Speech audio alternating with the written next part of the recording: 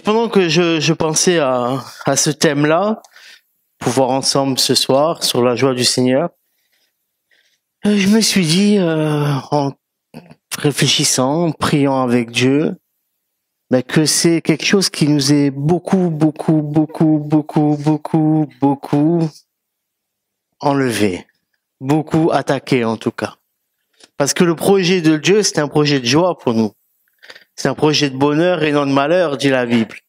Ce que Dieu désire pour nous, c'est qu'on soit dans sa joie. C'est que nous soyons heureux. Est-ce que quelqu'un pense ici, sincèrement, que Dieu prend plaisir à nous voir dans le malheur? Dans la tristesse? Non. Dieu prend plaisir à ce que nous soyons heureux. Et à ce que nous soyons joyeux. Et tout l'adversaire et tout ce qu'il y a autour de nous, vous avez compris, va essayer un moment de nous prendre cette joie-là et de nous voler cette joie. Parce que c'est comme ça, c'est spirituel en fait. Et c'est pour ça que la joie que Dieu donne, c'est une joie particulière. C'est comme la paix. La paix que Dieu donne est différente que la paix que le monde donne. Il dit, je vous donne ma paix, et c'est une paix qui n'est pas comme celle du monde, parce qu'elle demeure. Et la joie du Seigneur veut demeurer en nous. Et pourtant, bien souvent, on n'arrive pas à garder la joie du Seigneur. Moi, je plaide coupable ce soir parmi vous que bien souvent, pour pas grand-chose, la joie s'en va facilement. Je sais pas pour vous, sans doute, certains sont un peu plus résistants que d'autres, mais indéniablement, dans la vie, à un moment, on se fait piquer la joie. Vrai ou pas? Et il y a plusieurs cas, j'appelle ça des agents de destruction, des agents qui viennent voler la joie du Seigneur en nous. Et le premier des agents que je voulais voir avec, tout simplement, c'est la tristesse. C'est tout bête, hein? Qu'est-ce qui est le contraire de la joie? La tristesse. Et qu'est-ce que va produire la tristesse en nous? Et on a deux cas qu'on peut voir ensemble. Le premier cas, c'est le cas de Noémie. Noémie a tout perdu, si on peut dire ça. Elle a émigré dans un pays donc elle a émigré, elle est partie de sa nation avec son mari, ses deux garçons. Le mari est mort, les garçons sont morts, même pas de petits enfants. Elle n'avait plus rien. Et la joie ne pouvait pas régner en elle. La joie ne pouvait plus rester en elle. Et il est dit, donc si tu peux m'afficher le verset, tu l'as déjà mis. Donc je te le dirai quand afficher les versets. Ok? Donc Ruth au chapitre 1, verset 20-21, lorsqu'elle rentre dans sa nation, elle dit, ne m'appelez pas Noémie, appelez-moi Mara, ce qui veut dire amer, amertume. Car le Tout-Puissant m'a rendu la vie bien amère. Comblé, j'étais parti. Vide, l'Éternel me ramène. Pourquoi m'appelez-vous Noémie? L'Éternel a témoigné contre moi, le Tout-Puissant m'a fait du mal. Et c'est une des choses, lorsqu'on peut traverser des moments de tristesse profond. Et là, c'est suite à un deuil. Cette femme a tout perdu. Et je sais pas si quelqu'un a tout perdu ici. Mais t'as tout gagné, c'est bien, frère. Mais si quelqu'un a tout perdu, si tu perds ta femme, tes enfants, peut-être ton mari, je sais pas, sans doute on serait comme Noémie. On peut pas la pointer du doigt. Cette dame, il lui restait plus rien. Seule sa belle-fille, qui était une étrangère, a décidé de la suivre. Et elle était dans l'amertume. Et voilà, lorsqu'on perd la joie du Seigneur, l'amertume s'invite. L'amertume vient habiter une partie de notre cœur, une partie de notre vie, et l'amertume va dicter ses lois. Et on va comprendre que lorsqu'on perd la joie du Seigneur, et ce n'est pas un jugement envers personne, car je répète, je plaide coupable, la joie du Seigneur va être automatiquement remplacée par quelque chose de contraire qui va dicter ses règles et sa loi. Aussi bien que Dieu donne sa loi, Dieu donne à travers sa joie quelque chose de merveilleux en nous et qui nous permet de se lever le matin avec le sourire pour aller travailler, ce qui va permettre demain à Marcelo à se lever avec le sourire pour aller à son merveilleux travail. Gloire à Dieu, frère. C'est la joie du Seigneur qui te permet ça. Mais si on perd cela, eh ben, tout va avoir un goût amer. Hein, vous voyez, un goût fade, où il n'y a plus rien de cela.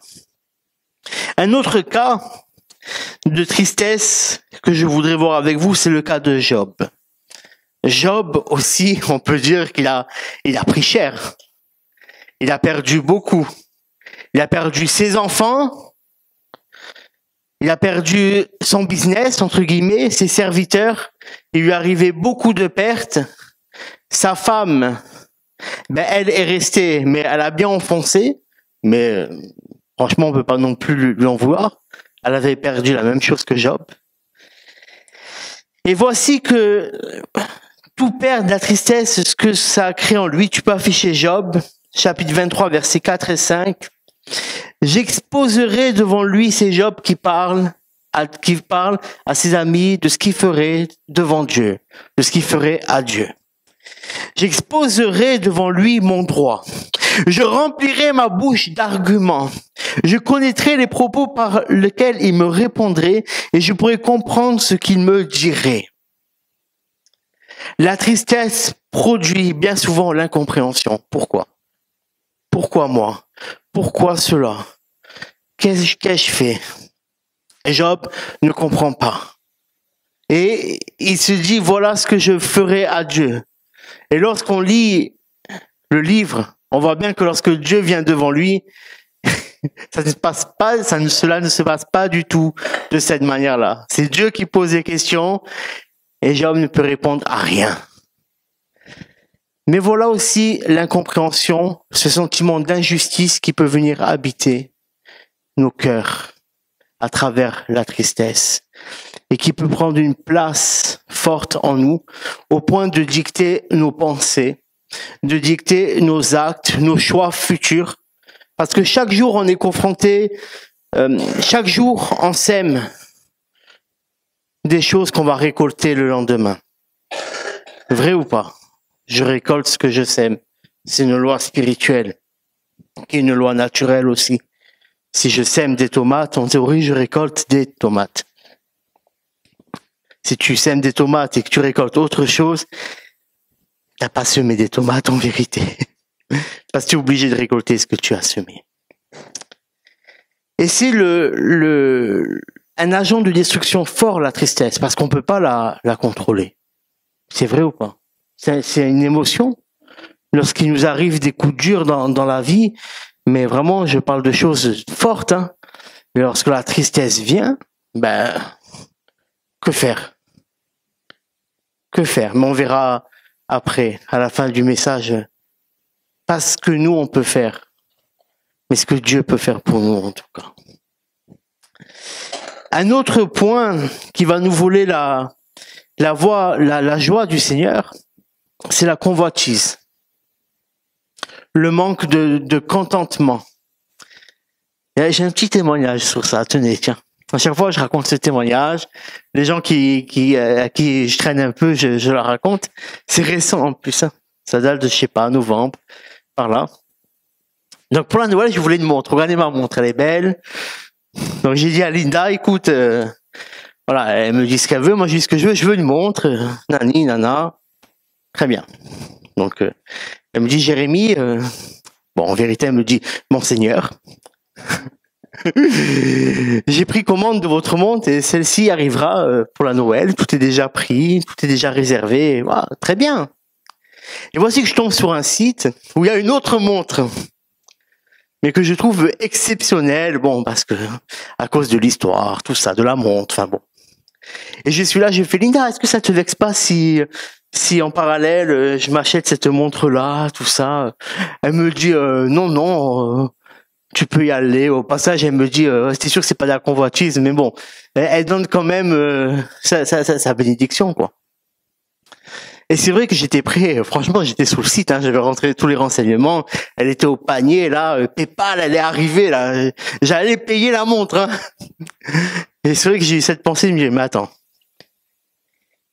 tu vas avoir une montre que tu n'as même pas encore au poignet. que tu n'as même pas encore profité et tu es en train d'acheter autre chose. Non, Jérémie, non.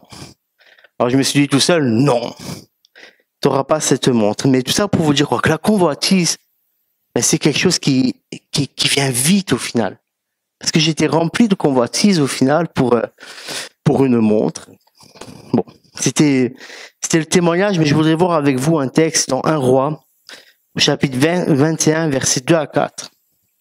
Et c'est Akab, le roi, qui parla ainsi à Naboth. Donne-moi ta vigne pour que j'en fasse un jardin potager, car elle est tout près de ma maison. Je te donnerai à la place une vigne meilleure. Ou si cela te convient, je te paierai la valeur en argent. Mais Naboth répondit à Akab, que l'Éternel me garde de te donner l'héritage de mes pères.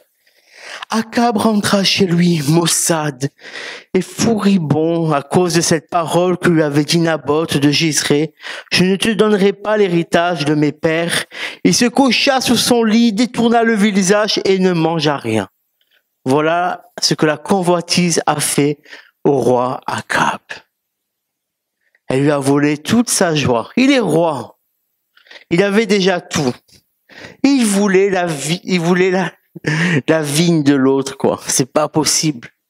La convoitise, lorsqu'on convoite quelque chose, ça, à un moment, ça devient tellement fort en nous.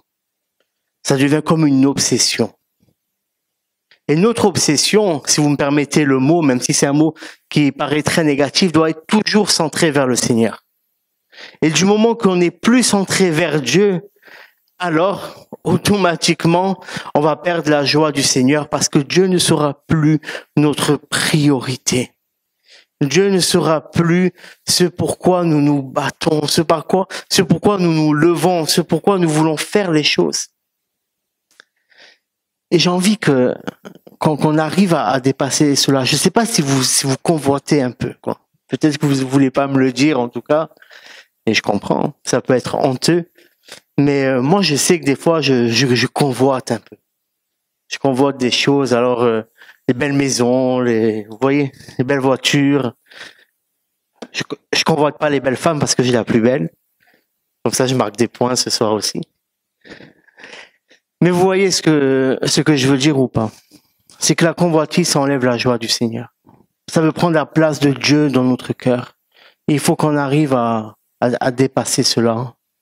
Parce que si on perd la joie du Seigneur, c'est dramatique pour nous.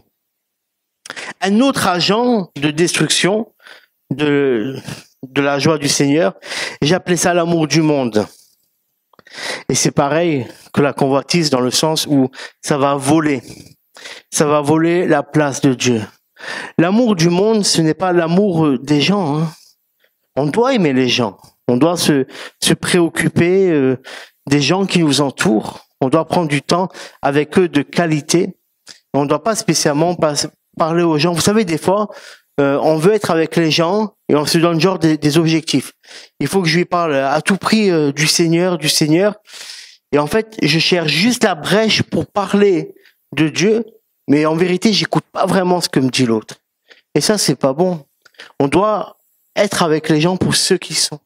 Apprendre à les aimer comme ils sont, les écouter, prendre du temps de qualité avec eux parce que, nous, lorsqu'on se parle, on aime bien être écouté. Moi, si je parle avec Janine, j'ai envie que Janine, elle m'écoute. Pas qu'elle soit dans ses pensées pour dire la phrase qu'elle veut dire. Mais c'est pareil avec les gens. Et inversement. Je veux dire, on doit donner de la qualité aux gens.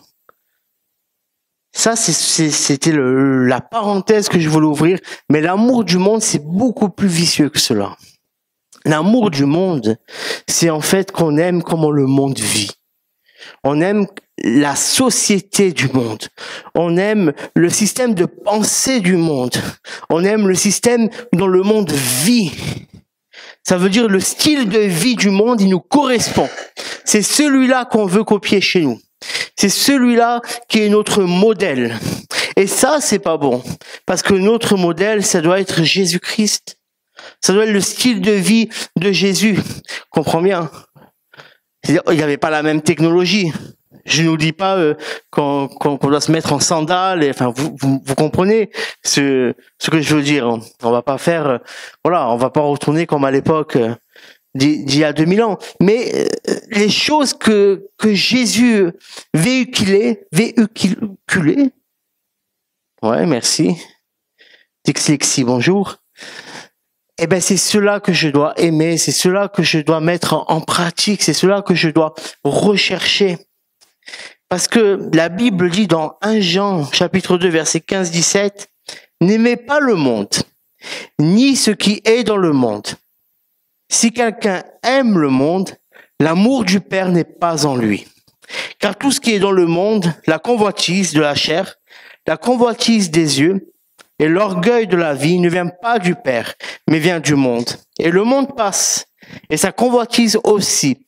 Mais celui qui fait la volonté de Dieu demeure éternellement. » Là, c'est clair. Et c'est pas moi qui le dis. C'est la Bible. Et des fois, la Bible, elle nous choque. Je sais pas vous, mais des fois, la Bible, elle est en totale contradiction avec la pensée moderne, avec la pensée qui est véhiculée dans les médias, avec ce qu'on voit à la télévision, avec ce qu'on entend au travail ou à l'école, peu importe. Ça se confronte. Mais c'est comme ça. Jésus a dit, je ne suis pas venu apporter la paix, mais l'épée. Je ne suis pas venu apporter la paix, mais l'épée. Jésus est venu confronter le modèle de l'époque, le modèle religieux, le modèle de tous ces gens qui se disaient c'est comme ça qu'il faut marcher, c'est comme ça qu'il faut faire. Il leur a montré non, c'est pas comme ça qu'il faut faire. Le monde de l'époque a été confronté à Jésus. Et lorsque Jésus a eu devant lui le monde, lorsque Satan est venu le tenter et qu'il a élevé et qu'il lui a dit, tu vois ça, c'est tous les royaumes de la terre. Ils me sont donnés, j'ai autorité sur eux. Et seulement tu m'adores. Seulement tu plies le genou devant moi, je te donnerai cela. Il a refusé. Jésus ne voulait pas de ce monde-là. Même si il était le roi, même si il est le Messie, même s'il est celui qui a toute autorité et toute chose, cela ne l'intéressait pas. Mais nous, est-ce que le monde nous intéresse? Est-ce que l'amour du monde est dans notre cœur? Quels sont les objectifs dans nos vies? Qu'est-ce qui nous fait vivre? Qu'est-ce qui nous fait vibrer? Quelles sont nos passions? Et c'est des questions que je vous pose ce soir, mais que je me suis posé à moi-même, que je regarde. Et des fois, je regarde mon cœur et je me dis, ouais, ça va. Ça match avec Dieu. Ça va. Et des fois, je regarde, j'ai fait, ça va pas du tout. C'est pas ça. Ça, c'est le monde qui dirige. Ce désir-là, cette convoitise, ça vient du monde. Cette façon de penser, de parler, ça vient du monde. Cette façon de raisonner, waouh, c'est totalement du monde. Et lorsque j'ai conscience de ça, ben qu'est-ce qu'on a? On a un choix à faire.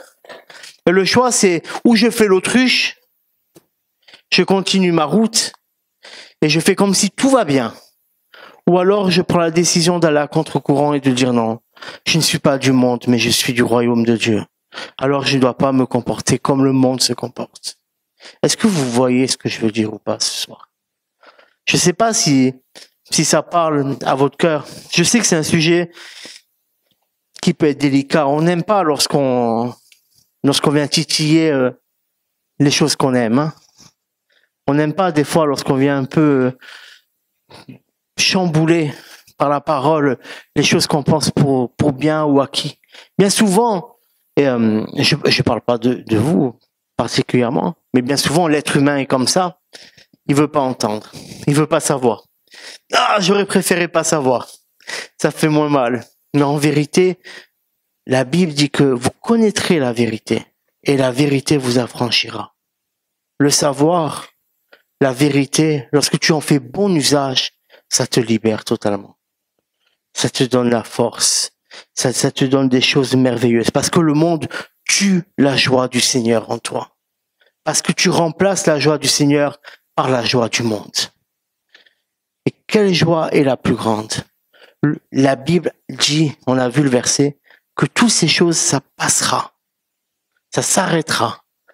Mais le Seigneur, sa parole, son royaume, lui, est éternel. Son royaume est éternel. Et c'est aujourd'hui sur terre. Et je parle qu'à des chrétiens ce soir, et j'ai conscience de ça. Mais ça me vient comme ça. C'est aujourd'hui sur terre que je fais le choix de où je vais vivre demain. Si vous croyez qu'il suffit juste de dire Seigneur Jésus, je t'accepte, et que je fais rien d'autre dans ma vie, que je viens seulement le dimanche à l'église, je prie, c'est bien, je prie, j'adore Dieu, je lis ma Bible de temps en temps, mais si j'ai pas changé ma mentalité, s'il n'y a aucune différence entre moi et mon collègue de travail, alors j'ai tout loupé. J'ai tout loupé. S'il n'y a aucune différence dans ma façon de parler entre moi et mon collègue de travail, je suis en échec vis-à-vis du royaume. Si les choses qui le font vibrer à lui, ce sont les mêmes choses qui me font vibrer. Si c'est la musique mondaine, si c'est faire ci, faire ça, si c'est mal parler des autres, dans le travail, il y a beaucoup de ragots. Je sais pas chez vous, il y a beaucoup de ragots, ça y va. Mais voilà, lorsque je suis là, si moi aussi je me mets à être dans les ragots, si moi aussi, je me mets à mal parler, à agir comme l'autre, et moi je me dis être chrétien, est-ce que lorsque Jésus va venir établir son royaume, est-ce que je ferai partie du royaume de Dieu? Sincèrement, je pose la question à nos consciences ce soir, à notre cœur. Il suffit pas de dire Seigneur, Seigneur. Et c'est Jésus qui le dit. Ce n'est pas ceux qui diront Seigneur, Seigneur. Ce n'est même pas ceux qui ont prêché. Ce n'est pas ceux qui ont imposé les mains aux malades que les malades ont été guéris. Ce n'est pas ceux qui ont prophétisé. Ce n'est pas ceux qui ont fait des miracles. Ce n'est pas parce que les dons de Dieu nous accompagnent. Ce n'est pas parce qu'on fait des choses en apparence belles qu'on est approuvé par Dieu, que Dieu a mis son tampon, son approbation en nous, qu'on est scellé par Dieu. Mais c'est dans la manière dans laquelle on vit.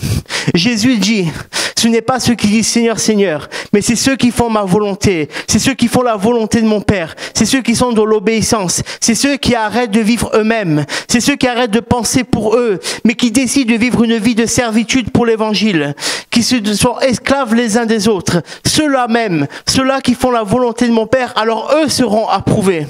Et bien souvent, on est en dehors de ça. Je dis un on général, comprenez, que personne se sente visé. Mais bien souvent, c'est pas ça qui nous fait vibrer, mais c'est nous. Bien souvent, c'est moi-même. Bien souvent, je pense à Jérémie avant de penser à l'autre. Bien souvent, je suis comme le monde, en fait. Je pense comme le monde, je parle comme le monde. Allez, j'écoute pas de la musique du monde, mais allez, à la rigueur, il n'y a que ça qui change. Je fais la même chose que le monde. Dans mon cœur, j'ai les mêmes désirs de convoitise que le monde. Est-ce que je rêve plus? Est-ce que, je pose une question. Je dis je, mais vous avez compris. Est-ce que je rêve plus d'avoir une belle voiture, d'avoir une belle maison ou de gagner des âmes pour Dieu? Je ne dis pas qu'on ne doit pas avoir ces objectifs-là dans la vie. Il n'y a aucun souci avec ça. Mais est-ce que c'est ça qui te fait plus rêver ou le royaume de Dieu? Est-ce que je pense plus à comment je vais améliorer mon cadre de vie que plutôt annoncer l'évangile? Dans quelle position sommes-nous? Est-ce que le monde a pris possession de nous?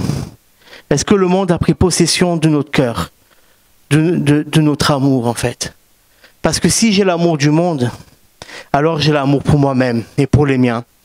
Mais je ne peux pas avoir l'amour pour celui que je ne connais pas. Je ne peux pas avoir l'amour pour mon prochain. Et ce que Dieu me demande, c'est d'aimer mon prochain. Ce que Dieu me demande, c'est d'être serviteurs les uns les autres. Aimez-vous comme je vous ai aimé, car là, tous reconnaîtront que vous êtes mes disciples. C'est les paroles de Jésus. Jésus, on aime tous Jésus ici, rassurez-moi. On aime tous Jésus, on est là, on est à l'église. Merci Seigneur d'avoir donné ta vie sur la croix. Mais Jésus était dur à suivre. Lorsqu'on lit des enseignements de Jésus, c'est pas seulement amour, c'est pas peace and love Jésus, mais c'est des paroles dures. Le jeune homme riche, vends tout ce que tu as, donne aux pauvres et suis-moi. Oh. L'autre qui va enterrer son père. Non, laisse les morts enterrer leurs morts. Viens et suis-moi. Ah Seigneur, je peux pas. Beaucoup des paraboles que Jésus a données, c'est quoi? Un roi fait un festin. Un roi fait ci. Il demande, venez. Ah non, je peux pas venir. Je peux pas faire. Parce que Jésus demandait aux gens qui changent leur vie. Qui changent leur style de vie. Et c'est ce qu'il demande encore aujourd'hui. Vous savez, on peut être sur Internet. On peut trouver des super messages sur Internet. Hein. Comme disait des fois le pasteur de Douglas, des messages de gonflette. Tu vois, le titre, il est très bien. Je peux tout par celui qui me fortifie. Amen. Mais derrière, il y a des prix à payer. Dieu, on ne se moque pas de Dieu. Et j'ai l'impression que des fois, on se moque de Dieu. Parce que Dieu a une destinée merveilleuse. Chacun de nous, soyons honnêtes, on rêve tous de quelque chose. Faut arrêter ceux qui disent moi je rêve de rien, moi je veux rien. Non, au fond de nous, peut-être que même on n'a même pas conscience, mais on rêve de quelque chose. Il y a quelque chose qu'on veut au fond de nous. Et Dieu, lui, il y a quelque chose qu'il veut pour nous, quelque chose de grand. Imaginons un seul instant, si chacun d'entre nous arrivons à mettre en pratique, et je me mets dedans. Comprenez bien, frères et sœurs, je ne suis pas en train de prendre des pierres et de dire « Tenez, bande d'infidèles que vous êtes, oh là là, vous aimez trop le monde !» Non. Jérémie, viens voir. Ah, t'aimes trop le monde. Bon, on va leur dire à eux aussi. Mais d'abord, je me prends des coups, ne croyez pas. Si on arrive chacun d'entre nous à vivre ce que Dieu veut qu'on vive. Waouh. Waouh. Nos vies ne sont plus les mêmes. Je ne dis pas que ce sera des vies plus dans le confort. Hein. Je ne parle pas de ça. Mais nos vies spirituelles, ce ne seront plus les mêmes. Notre relation avec Dieu, ça ne sera plus la même. Notre intimité avec Dieu, ça ne sera plus la même. On fera enfin ce que Dieu veut que nous fassions. Et ça, c'est grandiose. Alors, est-ce que je préfère faire ce que Dieu veut que je fasse, ou est-ce que je préfère faire ce que les standards du monde, de ma société occidentale, en France ou en Corse, on me dit de comment doit être ma vie, de comment je dois me comporter, de qu'est-ce que c'est la réussite. Car la Bible dira, Marc 8, 36, tiens, « Et que sert-il à un homme de gagner le monde entier s'il perd son âme ?» Que nous sert-il de gagner le monde entier ? Que nous sert-il de gagner à l'euro-million? Ce soir, c'est vendredi, euro-million, je ne sais pas combien de millions. 40 millions, 100 millions, 150 millions. Waouh! Si je perds mon âme derrière, garde-les tes millions. Mon âme, c'est plus importante. À quoi cela me sert d'avoir la paix envers tout le monde, d'être là? Vous savez, je fais ce qu'on appelle un pacte de non-agression envers l'adversaire. Je suis là, je souris, je t'aime pas mais je t'attaque pas. Hein? Si je perds mon âme, si Jésus me dit, fais ça, alors je veux le faire. Romains 12, 2, vous connaissez. Ne vous conformez pas au monde présent, mais soyez transformés par le renouvellement de l'intelligence, afin que vous discerniez quelle est la volonté de Dieu, ce qui est bon, agréable et parfait. Ne nous conformons pas au monde présent. Jérémie, ne te conforme pas au monde présent. Ne te conforme pas au monde présent. Waouh. Le monde a tellement de pouvoir en nous. Je ne sais pas si vous avez conscience de ça. Vous savez, des fois on se dit, désolé, je ne fais pas exprès d'appuyer sur ce point-là, je vous le dis. Parce que ça, dans mon cœur, je veux passer à autre chose, mais j'arrive pas. Je veux passer à la suite du message, mais je suis bloqué là. C'est comme ça. Mais des fois, wow, on se dit tellement de choses. On se dit, moi je suis chrétien, je suis libre. Je suis libre de tout, le Seigneur m'a libéré. Écoute, le Seigneur t'a libéré. Il t'a libéré de quoi? Moi, le Seigneur m'a libéré de la cigarette. Amen. Le Seigneur m'a libéré de ça, le Seigneur... Mais il y a une prière qu'on ne fait jamais. Seigneur, libère-moi du monde. Libère-moi de l'impact du monde. Et je pense que ça serait à faire. Parce que peut-être qu'on est beaucoup, des fois, liés par le monde. Il y a des choses, en tant qu'enfant de Dieu, on ne doit plus faire. On ne doit plus dire. Il y a des endroits où on ne doit plus aller. Il y a des endroits où on ne doit plus aller. Peut-être qu'on a un rêve pour notre vie. Et ce rêve, je sais, je parle à quelqu'un. Tu as un rêve pour ta vie, et ce rêve, il est contraire au rêve de Dieu, et tu le sais, et tu résistes. Tu résistes. Tu résistes. Arrête ce rêve-là de ta vie. Arrête ce projet-là dans ta vie.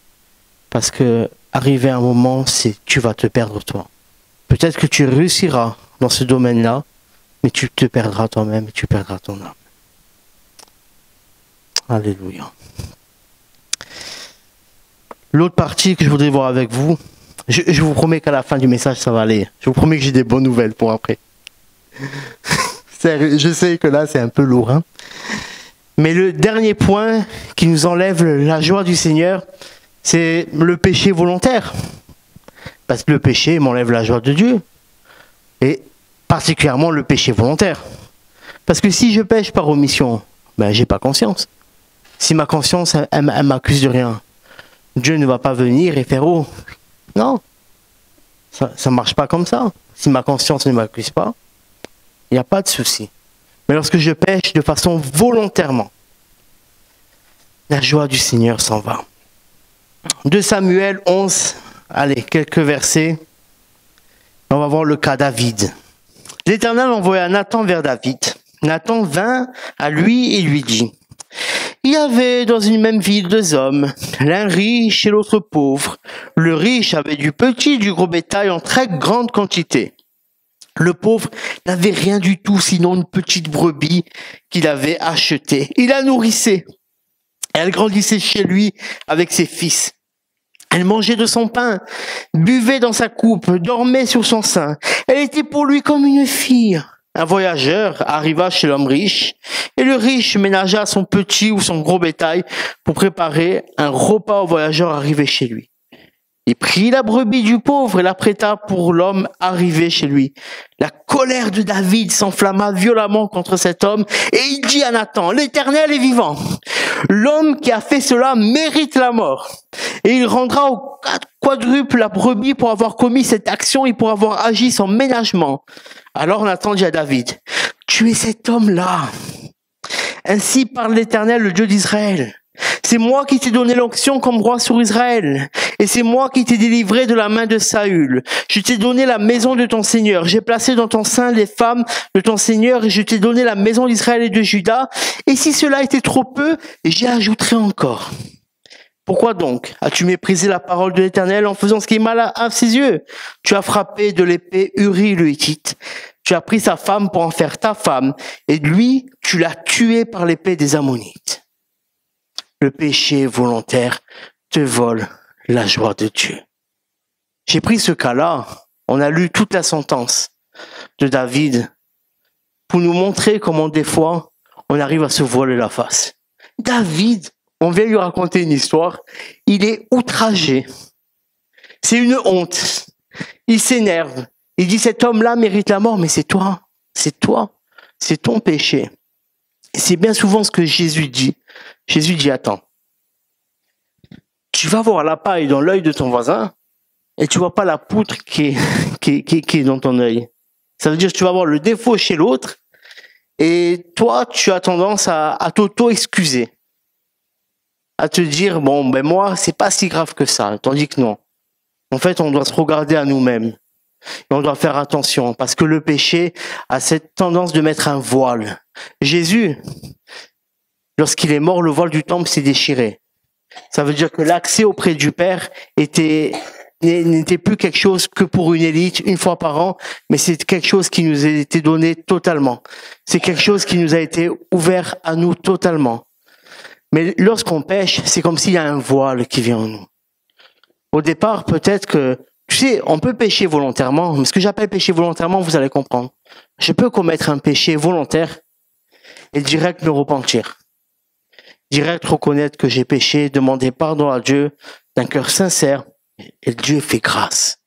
Dieu pardonne, Dieu restaure, Dieu relève, Dieu est merveilleux, Dieu est amour. Mais il n'y a rien de pire que lorsque je pêche volontairement et que je camoufle cela et que je dis non. Je refuse de demander pardon. Ce n'est pas un péché. Ce n'est pas grave, ce n'est pas si. Du moment que je commence à avoir des excuses, alors là, mon péché devient plus grave aux yeux de Dieu. C'est comme une lèpre, vous savez, j'ai moins de sensibilité. Le Saint-Esprit aura beau me parler, je le sentirai moins, je l'entendrai moins. Je viendrai à l'église, peut-être que je sentirai même plus rien, mais je serai là, je continuerai à louer le Seigneur. Je continuerai à faire genre, peut-être que je prêcherai, je continuerai à me mettre comme ça et annoncer la parole de Dieu. Mais non. Le péché volontaire tue la joie du Seigneur. Il y a d'autres choses qui volent notre joie. C'est tous les petits tracas du quotidien, vous savez, là. Tous les petits trucs, là. Tu sais, la voiture qui démarre pas. Je sais que ça parle à certains. Tu sais, là, la voiture, elle démarre pas ce matin. Tiens, t'arrives, t'es bien, ton collègue, il fait la tronche, il est de mauvaise humeur, c'est pour toi. T'arrives, t'es bien, ta femme, elle fait la tronche, de mauvaise humeur, c'est pour toi. Plaisante. T'arrives, t'es bien, ton mari fait la tranche de mauvaise humeur, c'est pour toi. On rééquilibre les forces un peu. Mais toutes ces choses du quotidien, c'est fait juste pour nous voler notre joie. Et des fois, on se rend compte, mais que notre joie, elle n'est pas attachée à beaucoup, quoi. Il n'en faut pas beaucoup. Hein. Il faut pas le Mistral pour qu'elle s'envole. Hein. Juste un petit vent comme ça, là. Juste quelqu'un qui passe en courant un peu vite, qui dépasse les 5 km/h. Oh, ma joie, tu es parti, le courant d'air. Il t'a fait partir loin. Ça montre qu'on a besoin d'être un peu plus ancré dans le Seigneur. Je sais pas pour vous, hein, mais je parle pour moi. On a besoin d'être un peu plus ancré dans le Seigneur, et de peser un peu plus devant Dieu, avoir un peu plus de poids que ça. Mais j'ai des bonnes nouvelles maintenant. Maintenant, promis, j'ai que des bonnes nouvelles. Gloire à Dieu. Parce qu'il y a les remèdes aussi, après tout ça. Il y a toutes ces choses qui viennent voler notre joie. Beaucoup de choses. C'est vrai que, allez, avant d'administrer le remède, je remets une petite couche comme ça. C'est vrai que bien souvent, beaucoup de choses qui volent notre joie, on la cherche un peu nous-mêmes. Hein, c'est un peu notre faute. Hein. Si je laisse le monde venir, la convoitise, si je pêche volontairement, voilà, ces cas-là, c'est un peu nous là. Hein. Je veux dire, c'est moi qui je me suis dit aujourd'hui, Seigneur, je veux que ma joie s'en aille. Hein. Mais il y a des remèdes. Premièrement, pour la tristesse, 2 Corinthiens, chapitre 7, versets 8 à 11. Mais Dieu qui console les humbles nous a consolés par l'arrivée de Tite. Et non seulement par son arrivée, mais encore par la consolation qu'il avait reçue de vous. Il nous a raconté votre ardent désir, vos pleurs, votre zèle pour moi, en sorte que ma joie a été d'autant plus grande. Si même je vous ai attristé par mes lettres, je ne le regrette pas. Même si je l'ai regretté, car je vois que cette lettre vous a attristé momentanément, je me réjouis à cette heure, non pas de ce que vous avez été attristé, mais de ce que votre tristesse vous a porté à la repentance. Car vous avez été attristé selon Dieu, si bien que vous n'avez subi de notre part aucun dommage. En effet, la tristesse selon Dieu produit une repentance qui mène au salut et que l'on ne regrette pas, tandis que la tristesse du monde produit la mort. Et voici, cette même tristesse selon Dieu, quel empressement n'a-t-elle pas produit en vous? Bien plus, quelle excuse, quelle indignation, quelle crainte, quel désir ardent, quel zèle, quelle punition. Vous avez montré à tout égard que vous étiez purs dans cette affaire. Il y a 2 choses qui m'intéressent. Le premier point, c'est Paul dit, j'ai été consolé par Tite, qui a été consolé par vous. Si quelqu'un de nous est triste, il ne doit pas le cacher, mais qui dit ça va pas. Frère, sœur, je suis triste, ça va pas. Et nous, on est là les uns les autres pour s'encourager, pour se consoler. En tout cas, pour faire une part de ce qu'on peut faire. C'est compatir à la souffrance, à la tristesse de mon frère ou de ma sœur. Et ne pas être indifférent à ce qu'on vit les uns les autres. Tu es triste. Pourquoi bien souvent on est triste et on garde pour nous? On est là et on se referme. Et en fait, les gens, ils peuvent voir qu'on est triste, mais on n'ose pas aller parce qu'on montre qu'on est refermé et on se dit, si je vais lui parler, je vais me faire manger. Tandis que l'autre, il attend qu'on vienne le voir. Et des fois, on ne sait pas comment réagir. tout simplement. Mais on a besoin de se consoler les uns les autres. T'es pas bien, frère, sœur, viens, je te prends dans mes bras. Peut-être je peux rien faire d'autre pour toi, mais je te prends dans mes bras. Je te donne quelque chose. Je t'aime. Je prie pour toi. Ça, c'est pour, vous savez, la tristesse. Matthieu 5,4, il est dit, heureux ceux qui pleurent car ils seront consolés. Oh, amen. 2 Corinthiens 1, 3, 4. Béni soit le Dieu et Père de notre Seigneur Jésus-Christ, le Père compatissant et le Dieu de toute consolation. Lui qui nous console dans toutes nos afflictions, afin que par la consolation que nous recevons nous-mêmes de la part de Dieu, nous puissions consoler ceux qui se trouvent dans toutes sortes d'afflictions. J'ai besoin d'être consolé par Dieu. J'ai besoin de laisser la place à Dieu pour qu'il vienne me consoler. Bien souvent, je suis dans mon chagrin, je vais rester seul dans mon chagrin. Je veux personne. C'est moi et mon chagrin. Comme si le chagrin était une personne, mais non. Dieu veut venir, lui, remplacer ta tristesse. Il est dit dans un verset, je sais plus si c'est Sophonie, je remplacerai votre deuil en allégresse. Je remplacerai votre deuil en allégresse. Je remplacerai vos cris de pleurs par des cris de joie. Et Dieu, c'est ce qu'il veut faire encore aujourd'hui. C'est nous consoler. Parce que Dieu est un Père bon. Il est rempli d'amour pour nous. Et si je veux consoler quelqu'un, j'ai besoin moi-même d'être consolé. Parce que sinon, ça marche pas. Parce que si l'autre, il est malheureux et que moi, je suis triste, et je vais le voir et je vais dire, je vais aller te consoler. Je vais le prendre dans les bras. Il va commencer à me raconter son histoire. C'est lui qui va me consoler à la fin pour sa propre histoire. Non.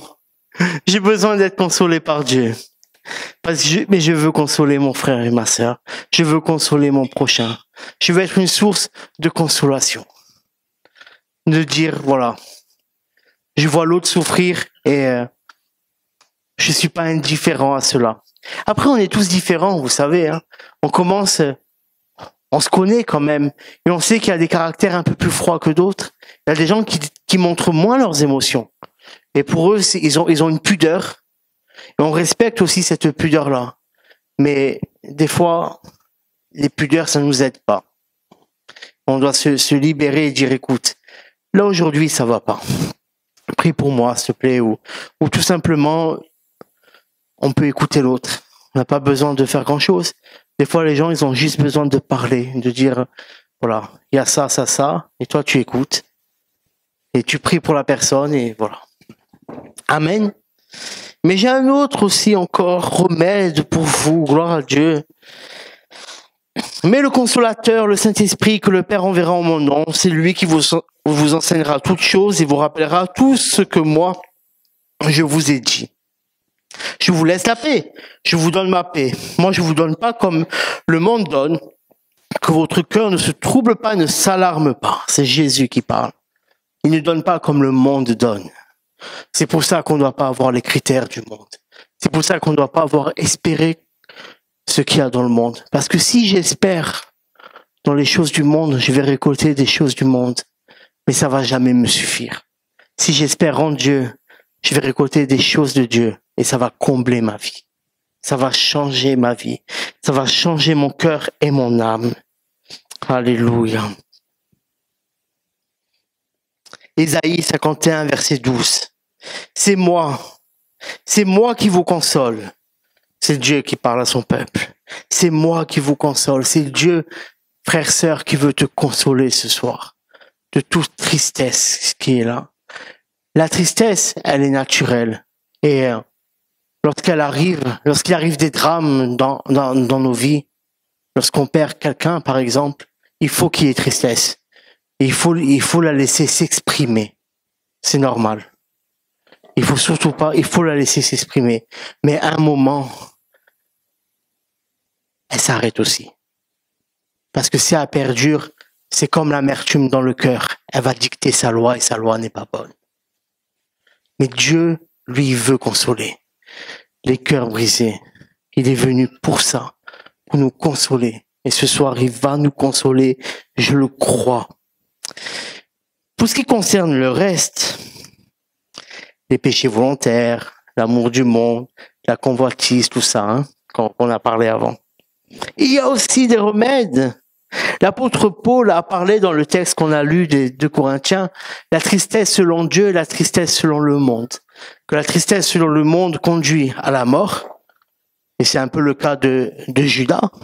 La tristesse qu'il a reçue l'a conduit à la mort, car c'était une tristesse selon le monde. Mais que la tristesse selon Dieu conduit à la repentance. La repentance est la clé pour nous redonner la joie du Seigneur. Psaume 51, on le connaît. C'est le fameux psaume un des 2 psaumes que David a écrit après avoir péché avec la femme d'Uri. Lorsque Nathan a donné la sentence de Dieu, voilà ce qu'il a dit. Verset 14. Rends-moi la joie de ton salut et qu'un esprit de bonne volonté me soutienne. Rends-moi la joie de ton salut. La repentance te donne accès de nouveau à la joie du salut de Dieu. Pourquoi j'ai la joie du Seigneur? Parce que je suis sauvé. Pourquoi j'ai la joie du Seigneur? Parce que mon nom est inscrit dans le livre de la vie. Pourquoi j'ai la joie du Seigneur? Parce que même si je décède sur cette terre, mon âme vivra. Et quand le Seigneur reviendra, lorsqu'il aura une nouvelle terre, des nouveaux cieux, je serai là aussi. Pourquoi j'ai la joie du Seigneur? Parce que je vais vivre éternellement. Ça me donne la joie. Ça, c'est la joie du Seigneur et ma force. Parce que mon espérance n'est pas dans les choses d'ici-bas, mais dans les choses d'en haut, dans les choses célestes. Mon espérance est dans le royaume de Dieu. Mon espérance est que la vie ne s'arrête pas aux choses que je vis maintenant. Sinon, ça serait bien triste. Mais la vie n'a pas de fin. Jésus a dit, je suis venu donner la vie en abondance. Je donne la vie éternelle. Je me donne moi-même pour que vous puissiez goûter à cette vie-là. Waouh! Ça, c'est ma joie. Mais lorsque je pêche, j'ai plus accès à cette vie-là.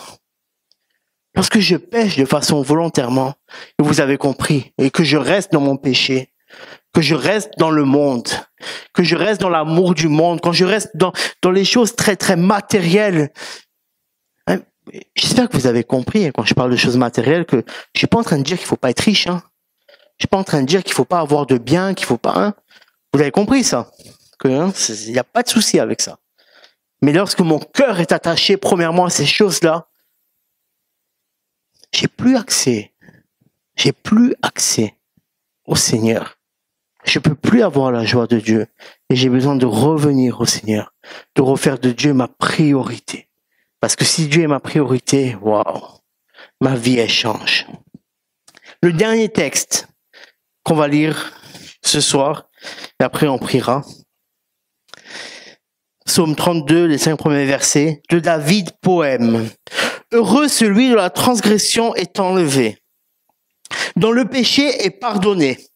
Heureux l'homme à qui l'Éternel ne tient plus compte de sa faute et dans l'esprit duquel il n'y a point de fraude. Tant que je me suis tu, mes os se consumaient. Je gémissais toute la journée. Car nuit et jour, ta main pesait sur moi. Ma vigueur n'était plus que sécheresse comme celle de l'été. Je t'ai fait connaître mon péché. Je n'ai pas couvert ma faute. J'ai dit, je confesserai mes transgressions à l'Éternel. Et toi, tu as enlevé la faute de mon péché. Ça, c'est le remède. C'est le remède véritable, c'est la repentance. La repentance, c'est ce qui nous sauve. La repentance, c'est pas une prière. Sinon, ça n'a pas d'effet. Si c'est juste des mots que je vais dire pour dire, que je vais répéter pour répéter, ça n'a pas d'effet. La repentance, c'est je change de chemin. Je change d'attitude. Je vais dans cette direction-là et cette direction, elle me mène à la perdition éternelle. Alors, Seigneur, je me repens et je fais en sorte d'aller dans le sens inverse. C'est je suis à contre-courant. Ça, c'est la repentance véritable. C'est pas pardonne-moi, Jésus, mais c'est dans mon cœur, j'ai pris la décision de plus faire ce qui afflige Dieu, de plus faire ce qui me fait chuter, de plus faire ce qui ne correspond pas à ce que Dieu veut que je sois. Et là, le Seigneur m'aidera aussi à tenir mes engagements-là. Il y aura des tentations, il y aura des épreuves. Il y aura des moments où on va trébucher. Il y aura des moments où on peut tomber, où on peut chuter. Il faut pas se mentir. Mais je dois toujours me relever et aller dans la direction que Dieu veut que j'aille. Soyez bénis. On va juste baisser nos têtes, s'il vous plaît.